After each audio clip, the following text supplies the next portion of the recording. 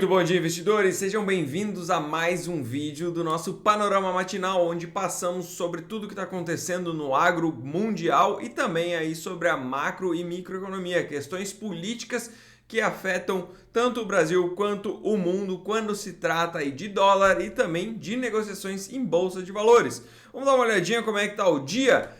Hoje temos as agrícolas aí negativas, basicamente só o trigo levemente positivo no momento, subindo 0,02, ou seja, daqui a pouquinho ele deve virar para o negativo também.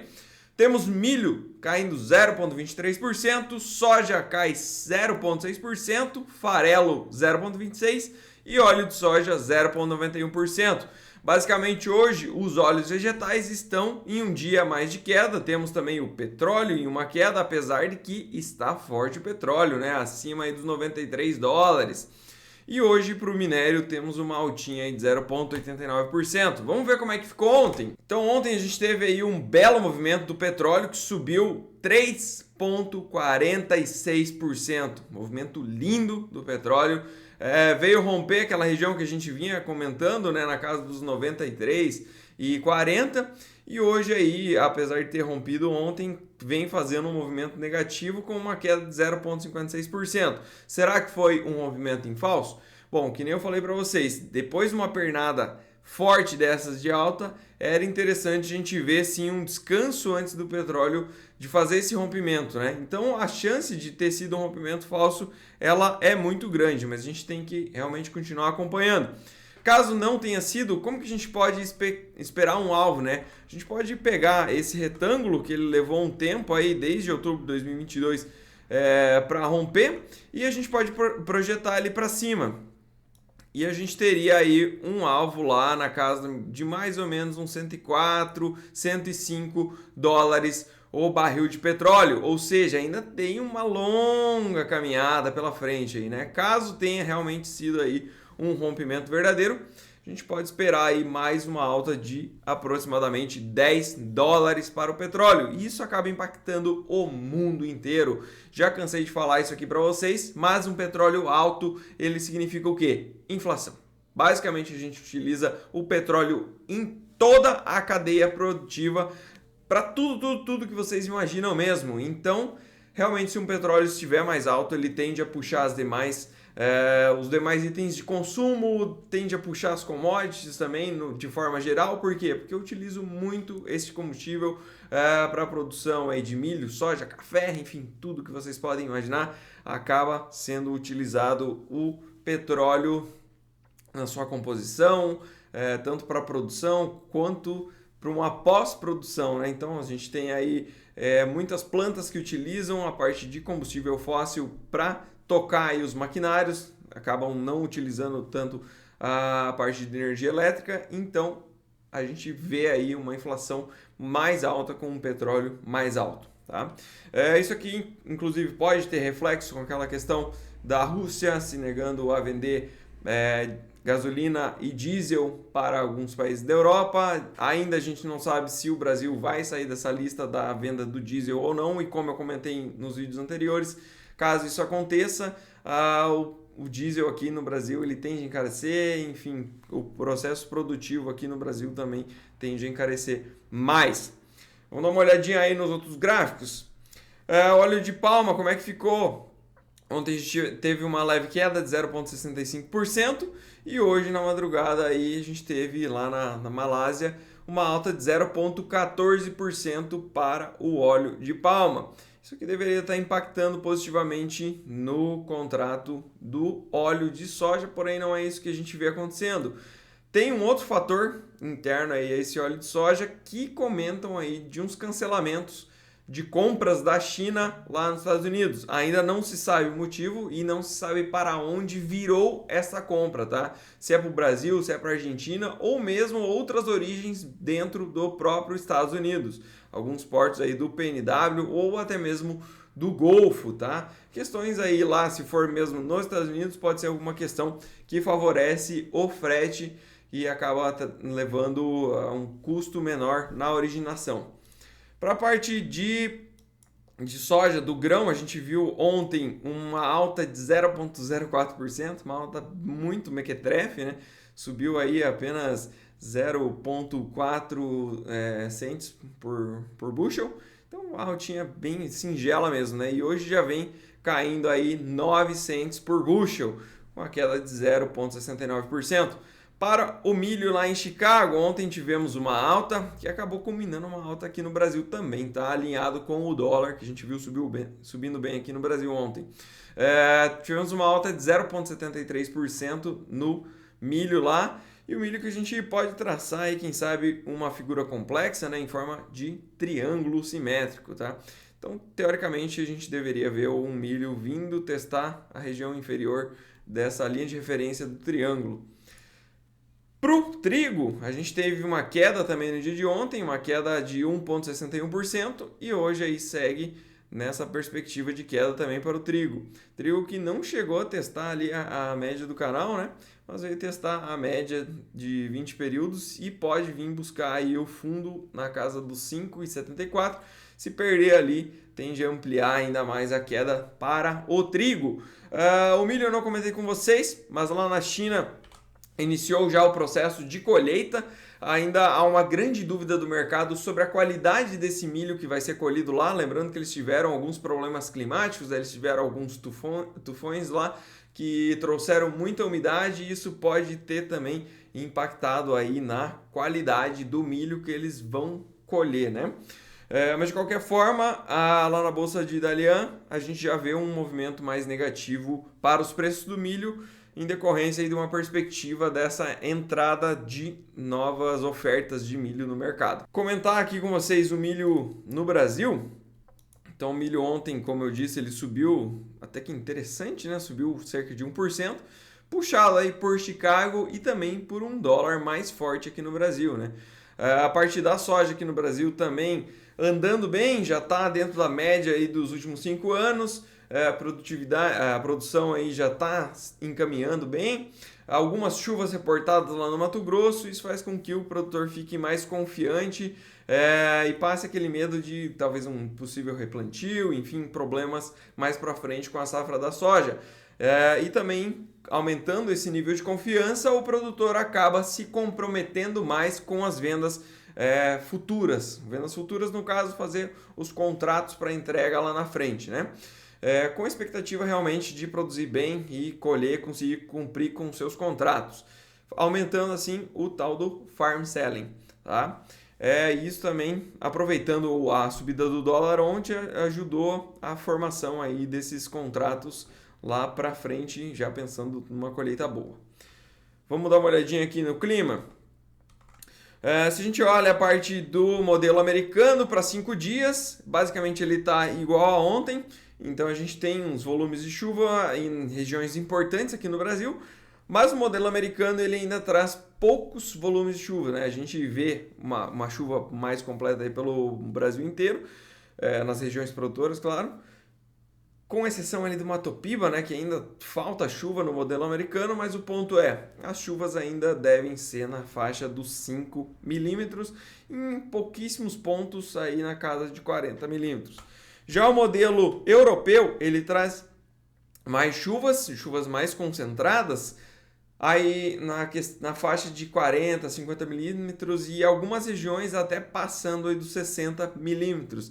Então, pelo modelo europeu, podemos esperar aí mais chuvas. Isso tem muito a ver também com o El Niño. E se você não sabe os impactos do El Niño, a gente vai deixar no card aqui em cima um vídeo muito interessante que o Marcelo fez no dia de ontem, trazendo aí os principais impactos do El Niño. Ele explica também como é que se espera, né, o El Niño. Claro que todo ano ele é diferente, cada vez que ele acontece nunca é igual ao anterior, porque são muitas questões que impactam aí na formação do El Niño, mas estatisticamente a gente consegue inferir algumas coisas com relação a esse evento climático e vocês ficam sabendo aí como que impacta tanto no Brasil, Ásia, a gente vê nos Estados Unidos também, na parte da Oceania, lá com a Austrália, a questão do trigo, enfim, como é que fica as produções agrícolas ao redor do mundo com o El Niño e o que a gente pode esperar. E lá ele detalha muito bem como que vem a questão do El Niño na parte de chuvas aqui no Brasil. O que a gente pode ver? E lá vocês vão perceber que está bem alinhado, né? As chuvas aqui no sul, mais chuvas aqui no sul, está bem alinhado com este modelo de El Niño. Então, pelo modelo europeu, mais chuvas mesmo na parte de Minas Gerais. Temos aí Goiás também com volumes maiores. São Paulo também trazendo cerca de 50, 60 milímetros. Então, boas chuvas esperadas aí pelo modelo europeu. E lembrando, né, pessoal, eles estão divergindo. Está mostrando chuva no modelo americano, basicamente nas mesmas áreas? Está. Porém, a intensidade é muito menor. O acumulado de chuvas aí nesses 5 dias deve ser na faixa de 5 milímetros na grande maior parte do território. E no modelo europeu a gente já vê uma média aí na casa de 30 milímetros. Então, expectativa, vamos cruzar os dedos aí para que seja realmente mais para o lado do modelo europeu. Clima na parte de temperaturas, a gente viu durante a semana aí, pelo menos principalmente no começo da semana, uma bolha de clima quente, basicamente pegando o Brasil inteiro, trazendo temperaturas na casa dos 34 até 38, né? Tava realmente muito quente. E aqui para o sul virou, a gente já percebe hoje, inclusive, estou aqui com o meu paletó, porque tá frio, 10 graus, pessoal, no dia de hoje. Meu, é absurdo. O clima ele veio lá da faixa dos 33, 34 graus aqui na nossa região para os 10 graus. Isso acaba aí ajudando também a trazer mais chuvas aqui para o sul. Então o clima deu uma arrefecida e isso é bom também para o plantio. Vamos comentar um pouquinho sobre as bolsas. A gente teve no dia de ontem Estados Unidos fechando com uma leve alta. A gente viu o S&P 500, inclusive trabalhou na parte da manhã no negativo, tá? E acabou virando aí na parte da tarde. S&P fechou com uma leve alta de 0,02, praticamente no 0 a 0. Tivemos aí Nasdaq subindo 0,22% e Dow Jones com uma queda de 0,2%. Aqui no Brasil, vimos o mercado abrir em alta, assim como eu contei para vocês, né, que poderia ser no começo do dia. Subiu bem até no começo do dia, virou para o negativo e mais para o final da tarde seguiu aí o bom humor lá nos Estados Unidos e acabou fechando em uma alta de 0,12%, mas trabalhou negativo, trabalhou bem negativo inclusive e acabou revertendo aí na parte da tarde. Hoje, como que a gente vê as bolsas hoje? Lá na Ásia a gente tem uma alta de 0,1 para Xangai e uma queda mais expressiva para Hang Seng, ainda refletindo aquelas questões das construtoras, principalmente da Evergrande, que tem aí uma dívida enorme e provavelmente vai dar o calote em meio mundo. Isso acaba afetando também o quê? Os bancos, exatamente. Acaba criando aí uma crise bem forte lá na China.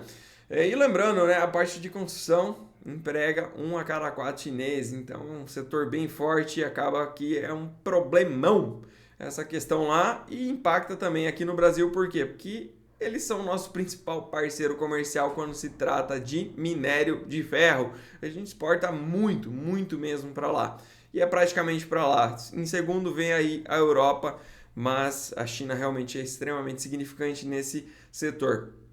Então a gente vê Hang Seng caindo 1,15%. Japão caindo 1,45%. Temos Coreia do Sul com uma leve alta de 0,09%. E Austrália aí 0,08% de queda. Para a Europa, um dia mais misto na Europa, o Eurostoxx 50, que é um bom resumo do que está acontecendo lá na Europa, traz para a gente uma leve queda de 0,08%. E o destaque de queda fica aí para o Reino Unido, que nos dias anteriores foi o único que estava indo na contramão lá na Europa, né? Ele vinha subindo pouca coisa mesmo, e hoje aí faz um movimento mais negativo. Na parte positiva, a gente tem aí a Bolsa da Espanha subindo 0,5%. Nos futuros, a gente tem uma perspectiva mais baixista para S&P 500, caindo 0,15%, e temos uma Nasdaq caindo 0,35%. Isso aqui tende a mudar da água para o vinho, por assim dizer, com os dados que temos para sair lá nos Estados Unidos, mas eu já comento sobre isso. Na parte do dólar, o que a gente tem hoje? Hoje temos um dólar mais negativo contra as principais moedas do mundo, caindo 0,3%, e temos também um dólar mais pesado contra moedas de países emergentes. Então, qual que seria o tom para o dia de hoje? A gente pode esperar aí uma recuperação das bolsas, uma leve alta aí, pelo menos para abertura. Até porque no Brasil saiu um dado legal também, já comento com vocês. E para o dólar a gente pode esperar um movimento mais baixista no dia de hoje, até porque o dólar chegou em patamares interessantes ali e atingindo uma resistência, inclusive resistência gráfica. Então é natural que a gente veja uma correção do belo movimento de alta que a gente viu ontem no dólar. E lembrando, dólar vence sexta-feira, tá, pessoal? Então cuidado em abrir posições no contrato atual para um possível swing trade. Como eu comentei com vocês, a gente teve aqui no Brasil saindo aí o IGPM, na parte da manhã, 8 horas da manhã, saiu a 0,37. Expectativa é que viesse 0,4. Então veio assim, levemente abaixo da perspectiva, mas isso aqui tem um tom um pouco mais positivo e pode puxar um pouquinho mais a nossa bolsa, principalmente na abertura. Hoje a gente ainda vai ter o PIB dos Estados Unidos, trimestral, que sai às 9h30 da manhã. E a gente tem também pedidos iniciais por seguro-desemprego. E aqui vai naquela onda, né, pessoal? Quanto pior, melhor. Então, quanto mais tiver pedidos de seguro-desemprego, quer dizer que mais gente perdeu o emprego e tem menos gente para consumir mais. Ou seja, o impacto na inflação ele tende a ser positivo. Ou seja, esperamos uma inflação um pouco mais baixa, uma necessidade menor de aumento na taxa de juros lá nos Estados Unidos e também uma possibilidade maior de uma diminuição na taxa de juros num prazo menor de tempo, que isso é o que tem preocupado mais os mercados, né? Por quanto tempo vai se manter alto essa taxa de juros? Esse é o principal drive global. Quanto tempo vai levar para os Estados Unidos começar a baixar a sua taxa de juros? E isso tudo tem a ver com a inflação. A inflação começando a ceder, eles têm uma vontade maior, por assim dizer, de fazer esse corte na taxa de juros. Então, esse dado é bem interessante. E a gente também tem, às 11 horas da manhã, as vendas pendentes de moradias, tá? Isso aqui também vai na mesma linha. Quanto pior, melhor. E na parte da tarde, a gente tem um discurso do Jeremy Powell, que é presidente do Fed. Então, bem interessante aí. Só que acontece no final da tarde, né? Já cai muito a liquidez. Mas 5 horas da tarde aí, temos um discurso do Powell que pode trazer alguma informação nova acerca dessa questão de juros lá nos Estados Unidos. E na parte da noite a gente tem a inflação lá no Japão. Tá? Fora isso, pessoal, temos mais nada a comentar. Tenham todos um ótimo dia e um grande abraço. Não se esqueça de clicar no cardzinho e ver como é que funciona o El Niño e no que ele impacta aí nas commodities ao redor do mundo. Grande abraço!